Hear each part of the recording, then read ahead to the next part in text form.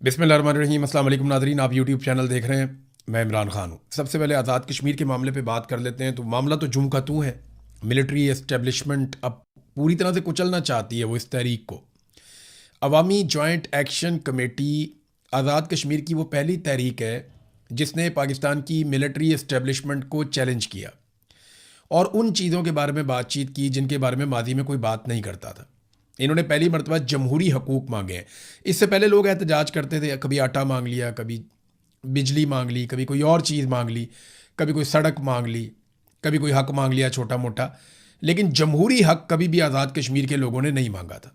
ये पहली मरतबा आज़ाद कश्मीर के लोगों ने अपना जमहूरी और आइनी हक मांगा कि हुकूमत हम बनाएंगे और हम फैसला करेंगे कि यहाँ पे कौन इक़्तिदार में होगा और कौन नहीं होगा। अब ये फैसला तो पाकिस्तान की मिलिट्री एस्टेब्लिशमेंट करती थी। यानी 12 सीटें उन्होंने बाहर रखी हुई थी, कुछ सीटें उन्होंने अंदर रखी हुई थी और कुछ जगहों से वो अपने बंदे ले आते थे, कहीं से वो बाहर से बंदे ले आते थे और मिला जुला के जब दिल करता था अपनी एक सरकार बना लेते थे। तो आज़ाद कश्मीर में एक कंट्रोल्ड माहौल चल रहा था। वो कंट्रोल छीनने का खौफ पहली मरतबा तब पैदा हुआ जब जॉइंट अवामी एक्शन कमेटी ने अपने मुतालबात में कुछ इजाफा कर दिया और उन्होंने बजाय इसके कि वो छोटी मोटी चीज़ें मांगते, उन्होंने डायरेक्टली जमहूरियत मांग ली। अब जमहूरियत अगर दे दी जाए तो फिर कंट्रोल कहाँ से रहेगा? तो वो कंट्रोल की लड़ाई है। और अब जो बज़ाहिर दिखाई देता है, मैंने आपको पहले ये खबर भी दी है कि जो लोग मुज़ाकरात करवाने की कोशिश कर रहे हैं वो ये कहते हैं कि जॉइंट अवामी एक्शन कमेटी में तो लचक है, लेकिन दूसरी जानिब से एस्टेब्लिशमेंट कोई लचक नहीं दिखा रही। मिलिट्री एस्टेब्लिशमेंट पुराना खेल खेल रही है। वो ये साबित करना चाहते हैं कि गद्दारों और शरपसंदों को कुचलना होगा और फिर वो पूरी ताकत से जॉइंट अवामी एक्शन कमेटी को कुचलने का इरादा भी रखते हैं। 4 लोगों को कत्ल कर दिया जाएगा, इसके बारे में भी खबरें दी जा रही हैं। सिक्योरिटी एहलकार आज़ाद कश्मीर में बड़ी लंबी ड्यूटी करते चले आ रहे हैं। बीबीसी ने खबर दी कि जो सिक्योरिटी फोर्सेस हैं वो खाने पीने की अशिया को दाखिल नहीं होने दे रही आज़ाद कश्मीर में और ना ही वो आज़ाद कश्मीर के अंदर अद्वियात को जाने दे रहे हैं। यानी ये एक हिकमत अमली है जिससे लोग परेशान हो जाएं, जी खाने पीने की चीज़ें नहीं हैं, हालात बहुत ख़राब हो गए हैं, तो लोग एक्शन कमेटी से अपने आप को अलग करते चले जाएं। अब लगभग 15 दिन हो गए हैं इस एहतजाज को, 15 दिन से भी ज़्यादा हो गए हैं। यानी आप समझ लें 3 हफ्ते होने वाले हैं इस एहतजाज को और लगातार ये एहतजाज चल रहा है। लोग थक नहीं रहे, लोग लगातार एहतजाज कर रहे हैं। ना सिर्फ एहतजाज कर रहे हैं बल्कि उनकी तादाद में बाद औक़ात बहुत इजाफा हो जाता है। जब भी मार कुटाई होती है तो तादाद बढ़ जाती है। अब रास्ते कैसे खुलेंगे? जॉइंट अवामी एक्शन कमेटी लचक दिखा रही है मुज़ाकरात करने के लिए। कुछ लोग बीच में पड़े भी हैं। मैं उम्मीद करता हूं कि जो लोग बीच में आए हैं वो मुज़ाकरात करके कोई रास्ता निकाल देंगे और ये मामला इस तरीके से भी हल हो जाए कि लोगों को उनका कुछ जमहूरी हक भी मिल जाए और उसके अलावा आज़ाद कश्मीर के लोगों को जो उनके जायज़ मुतालबात हैं वो तस्लीम कर दिए जाएँ। तो ये सबके लिए विन विन सिचुएशन होगी। लेकिन मिलिट्री एस्टेब्लिशमेंट जो है वो इस मौके को ज़ाया नहीं करना चाहेंगे। देखें, अगर ये लोग आज अपने थोड़े से मुतालबात मनवा कर भी चले गए ना तो ये कल दोबारा आ जाएंगे।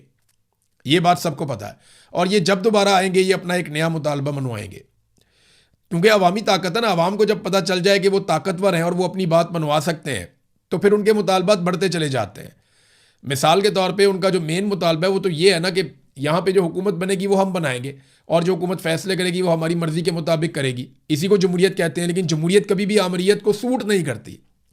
कभी भी मिलिट्री जनरल्स जो हैं उनको जमहूरियत सूट नहीं करती। तो ये अब पंगा पड़ गया। बीबीसी ने जो खबरें दी थी उनकी तरदीद की गई हुकूमत की जानिब से कि जनाब बीबीसी ने गलत रिपोर्टिंग की है, ऐसा कुछ नहीं है, खाना भी जा रहा है, दवाइयाँ भी जा रही हैं आज़ाद कश्मीर में। लेकिन दूसरी जानिब जो वीडियोस और तस्वीर हैं वो भी अब सामने आ रही हैं। बहुत सारे लोग जो हैं वो ट्रकों की उन्होंने बाकायदा वीडियोस जारी कर दी कि जनाब ये ट्रक आज़ाद कश्मीर की तरफ आ रहे थे, ये ड्राइवर्स हैं, आप इनसे पूछ लें ये क्या बता रहे हैं। तो ड्राइवर्स कहते हैं जनाब हम गंदम लेकर जा रहे थे, हमें यहाँ पे रोक दिया गया, हमें आगे नहीं जाने दे रहे। तो बीबीसी की भी इस तरह की खबरें रिपोर्ट हुई हैं और हुकूमत जो है वो तरदीद बेशक जितनी मर्जी करती रहे, लेकिन हुकूमत के कुछ सोर्सेज और कुछ मिलिट्री के जो टाउट्स हैं वो अब बताना शुरू हो गए हैं कि इनको कुचला जाएगा और उनको शरपसंद का नाम अब दे दिया गया है। जैसा कि आपको याद होगा कि पहले नाम दिया गया था बुलवाइयों का और शरपसंदों का बंगालियों को, फिर मुल्क टूट गया। फिर बलूचिस्तान के जो लोग हैं उनको शरपसंद और दहशतगर्द कहा गया। फिर कबायली इलाकों में लोगों को दहशतगर्द और शरपसंद कहा गया। फिर पंजाब के अंदर भी यही किया गया। अब कश्मीर के अंदर वही किया जा रहा है, मुहाजिरों के साथ ये किया गया। तो जगह जगह पे पहले जो है वो शरपसंद करार देते हैं, पहले बुरा नाम देते हैं, उसके बाद गोली मार देते हैं। ये पुराना तरीक़ाकार है। जबरी गुमशुदगियाँ आप कश्मीर के अंदर भी देखेंगे, फ्यूचर में आपको नज़र आएंगी। वो बढ़ेंगी और इसलिए बढ़ेंगी कि जॉइंट अवामी एक्शन कमेटी के हर आदमी को कुचलने की पूरी कोशिश की जाएगी, जैसे तहरीक लब्बैक के साथ भी किया गया। तहरीक लब्बैक के बहुत सारी चीज़ों से मुझे इख्तलाफ है, तरीक़ाकार गलत था, लेकिन जो उनके साथ हो रहा है वो नाइंसाफ़ी है, वो गैर कानूनी है, गैर इंसानी है। जो दोनों भाई हैं, साद रिजवी और अनस रिजवी, वो दोनों गायब हैं अभी तक। उनके बारे में कुछ पता नहीं किसी को कि वो कहाँ गए। ये दो भाई थे और ये इनका मौक़िफ़ गलत था। ये गालम गलोच भी करते थे, बदतमीज़ी भी करते थे, लोगों को धमकाते भी थे। मेरे साथ भी इन्होंने बदतमीज़ी की। लेकिन वो सारी चीज़ें अगर मैं एक साइड पे रख दूं, जो इनके साथ हो रहा है ना, ये बहुत बड़ा जुल्म और ज़्यादती है। जब मेरे साथ जुल्म हुआ तो ये लोग हंस रहे थे, मजाक कर रहे थे, लेकिन मैं सीरियसली आपको कह रहा हूँ कि मुझे दिल से तकलीफ़ है जो इन दो भाइयों के साथ और इनकी फैमिली के साथ हो रहा है। ये बिल्कुल नहीं होना चाहिए। इनके साथ कानून के मुताबिक अगर कोई सलूक आपने करना है तो करें, और जिन लोगों ने इन्हें जबरी तौर पे गुमशुदा किया हुआ है उन्हें कानून के कटहरे में ज़रूर लाना चाहिए। जब तक आप ये नहीं करेंगे पाकिस्तान आगे नहीं बढ़ेगा। मारंग बलोच का क्या कसूर था? यही कसूर था ना। मारंग बलोच भी जबरी गुमशुदगियों के खिलाफ और मसक शुदा लाशों के खिलाफ बात करती थी। अब जो वो आवाज़ उठा रही थी अपने लोगों के लिए, उस आवाज़ को बंद करने के लिए उम्र कैद की सजा ही सुना दी उसे, और एक ऐसे पुलिस वाले के कत्ल के जुर्म में सजा सुना दी गई जिसके बारे में बताया जाता है कि वो एक एक्सीडेंट में शहीद हो गया था। तो डाल दिया इनके खाते में। मारंग बलोच को उम्र कैद की सजा सुना दी, और कोई बोलता नहीं पाकिस्तान में, बात करने के लिए कोई तैयार नहीं है। वो पाकिस्तान की बेटी है। ऐसे लोगों को जब आप नाराज़ करते हैं तो बंदूक वाले लोग आते हैं। मैं बार बार रियासत को यह बात समझा रहा हूं कि जब आप नौजवानों को या आइन के और कानून के अंदर रहकर जो लोग एहतजाज करना चाहते हैं, जब आप उन लोगों को नाराज़ करते हैं तो फिर बंदूक वाले एलिमेंट सामने आते हैं, फिर दहशतगर्दी होती है, हालात ख़राब होते हैं। लिहाजा आप इन नौजवानों को वेलकम करें, इनके साथ बैठकर बात करें, यही एक रास्ता है। एक और खबर नादरीन चलवाई गई कि बैरिस्टर सैफ को इमरान खान और बुशरा बीबी मिलना चाहते हैं। तो बैरिस्टर सैफ जो है उनके जर्नैलों के साथ अच्छे ताल्लुकात हैं, और बैरिस्टर सैफ के मिलिट्री एस्टेब्लिशमेंट के साथ ताल्लुकात पाकिस्तान में बहुत सारे लोग क्लेम करते हैं कि कोई ढके छुपे नहीं है। बैरिस्टर सैफ जो है वो ख़ास किस्म का आदमी है और ख़ास किस्म के हालात में एक्टिव हो जाता है। तो अब ये खबर चलवाई गई कि जनाब इमरान खान ने और बुशरा बीबी ने बैरिस्टर सैफ को बुलवाया। अब हो सकता है खबर ठीक हो, लेकिन ऐसा लगता नहीं है। इतनी मार खाने के बाद अब वो बैरिस्टर साहब को बुलवाएंगे। बहरहाल बैरिस्टर साहब जाएगा तो पता चलेगा कि उसको बुलाकर वो क्या कहना चाहते हैं। बैरिस्टर साहब बाहर आकर कभी भी वो बात नहीं करेगा जो बात पाकिस्तान की मिलिट्री एस्टेब्लिशमेंट को पसंद ना हो। गोल मोल बात करेगा, लेकिन वो मिलिट्री एस्टेब्लिशमेंट की नापसंद बात कोई भी बाहर आकर बैरिस्टर साहब मुझे नहीं लगता कि करेगा। थोड़ा बहुत वो करेगा, हल्का हल्का सा, हल्की आंच के ऊपर वो मामला उठाएगा, ताकि ये महसूस हो कि जैसे वो एक न्यूट्रल आदमी है और मिलिट्री एस्टेब्लिशमेंट के कंट्रोल में नहीं है, और वो फ़ौज के मफाद के ख़िलाफ़ भी बात कर सकता है। हो सकता है एक दो जुमले, चार जुमले वो बोल भी दे, लेकिन ओवरऑल जो है वो ऐसा कुछ भी नहीं करेगा। बहरहाल देखते हैं बैरिस्टर साहब जाता है, इमरान खान मिलते हैं या नहीं मिलते, क्या होता है। एक और जो खबर आई हुई थी, रज़ी ताहिर साहब ने खबर दी थी कि जनरल कियानी ने, जो साबिक आर्मी चीफ़ है, एक दफ़ा उसने एक्सटेंशन भी ली थी। 6 साल वो आर्मी चीफ़ के तौर पे हुक्मरानी करके गया है, जनरल मुशर्रफ के बाद आया था। तो कहा जा रहा है कि जनरल कियानी साहब ने इमरान खान साहब से जेल के अंदर मुलाकात की है। ये खबर दी थी रज़ी ताहिर साहब ने, और बड़े वसूख के साथ दी थी। बहुत सारे लोगों ने तरदीद की, लेकिन उन्होंने कहा नहीं, मेरी खबर ठीक है। फिर रज़ी ताहिर साहब को उठा लिया गया। मैंने बड़ा एनालिसिस किया कि इनको किस खबर पे उठाया गया, तो मुझे कोई ऐसी बड़ी चीज़ मिली नहीं जिसमें रज़ी ताहिर साहब जैसे सहाफ़ी को उठाया जाए। तो मुझे ऐसा लगता है कि शायद उन्हें इसलिए उठाया गया कि हमें ये बताओ तुम्हें ये खबर कहाँ से मिली, या तुम्हें किसने बताया कि जनरल कियानी की इमरान खान से मुलाकात हुई। क्योंकि अब साबिर शाकिर साहब जो हैं, उन्होंने भी इसके बारे में एक खबर दी है। वो भी ये कहते हैं कि जनरल कियानी की इमरान खान साहब से मुलाकात हुई और ये खबर दुरुस्त है। ये साबिर शाकिर साहब भी कह रहे हैं, रज़ी ताहिर साहब भी कह रहे हैं, 2-4 और जर्नलिस्ट हैं पाकिस्तान में, वो भी ये कह रहे हैं, और ये लोग अपनी खबर के ऊपर कायम है। बल्कि साबिर शाकिर साहब ने एक और बात की कि जनरल बाजवा को भी मुतहर्रिक किया गया, लेकिन मामला वहीं पे फंस जाता है। इमरान खान साहब कहते हैं मेरा मैंडेट वापस करो, इन चोरों डाकुओं को लाके मेरे मैंडेट के ऊपर क्यों बिठाया। देखिए, हुआ यह था कि 2024 में जब इलेक्शन चोरी कर दिया था आसिम मुनीर साहब ने, और ये लाकर 2 नंबर लोग बिठा दिए थे हुकूमत के अंदर, तो उस वक्त इमरान खान साहब ने कहा था कि मेरा मैंडेट मुझे वापस किया जाए। तो इस पर इमरान खान साहब को यह पैगाम दिया गया था कि आप 2 से 3 साल खामोश रहें और उसके बाद इलेक्शन हो जाएंगे, चीज़ें नॉर्मलाइज हो जाएंगी, हमें ज़रा सिस्टम को चलाने दें। अब 2 साल से ऊपर तो गुजर गए हैं, लगभग 2.5 साल गुजर गए जब इमरान खान साहब को कहा गया था कि 2 से 3 साल दें। 2.5 साल गुजर गए, पीछे 6 महीने रह गए हैं। अगर 6 महीने बाद भी इमरान खान को इलेक्शन दिया जाए तो इमरान खान साहब के लिए ये कोई घाटे का सौदा नहीं है। तो जनरल बाजवा के बारे में कहा जा रहा है कि वो भी एक्टिवेट हुए हैं। वैसे बाजी में जनरल बाजवा ने बाहर काफ़ी मुलाकातें की हैं। अभी साबिर शाकिर साहब कह रहे हैं कि वो अभी भी ट्रैवल करते हैं। जो उनकी सेहत के बारे में खबरें हैं वो दुरुस्त नहीं हैं, और उन्होंने ये क्लेम किया कि जनरल बाजवा और जनरल कियानी, अशफाक परवेज़ कियानी, ये दोनों कहा जाता है कि ये दोनों मुतहर्रिक हैं और कोशिश कर रहे हैं कि किसी तरह इमरान खान साहब को मना के कोई रास्ता निकाल लें। कुछ ओवरसीज़ पाकिस्तानी भी ये कोशिश करते रहते हैं, कुछ पाकिस्तान के अंदर लोग हैं वो भी जोर लगाते रहते हैं, लेकिन इमरान खान साहब का ना मौक़िफ़ बड़ा उसूली और कानूनी है। वो ये कहते हैं जी आपने गैर कानूनी केसेस बनाए हुए, ये तो ख़त्म करें आप। दूसरा वो ये कहते हैं मेरा मैंडेट मुझे वापस करें। अगर मैंडेट वापस नहीं करना तो मुझे इलेक्शन की डेट आप दें और हमें पूरा मौका दें जाके हम अपना इलेक्शन लड़ें और इलेक्शन के अंदर जाकर मुकाबला करें। मुझे नहीं लगता कि आसिम मुनीर साहब ये होने देंगे, ये उनसे करवाना पड़ेगा। अब चाहे अंदर से लोग करवाएं चाहे बाहर से लोग करवाएं, ये आसिम मुनीर साहब से करवाना पड़ेगा, क्योंकि वो बहुत कंफर्टेबल हैं शहबाज शरीफ के साथ, आसिफ जरदारी के साथ, बिलावल के साथ, नवाज शरीफ के साथ, मरियम के साथ। वो बहुत कंफर्टेबल हैं। छोटी मोटी अपोजिशन है वो भी आपस में ये मिलजुल के कर लेते हैं। तो आसिम मुनीर बहुत कंफर्टेबल है, लेकिन मामला यह कि पाकिस्तान की इकॉनमी कंफर्टेबल नहीं है, Pakistan as a country comfortable नहीं है।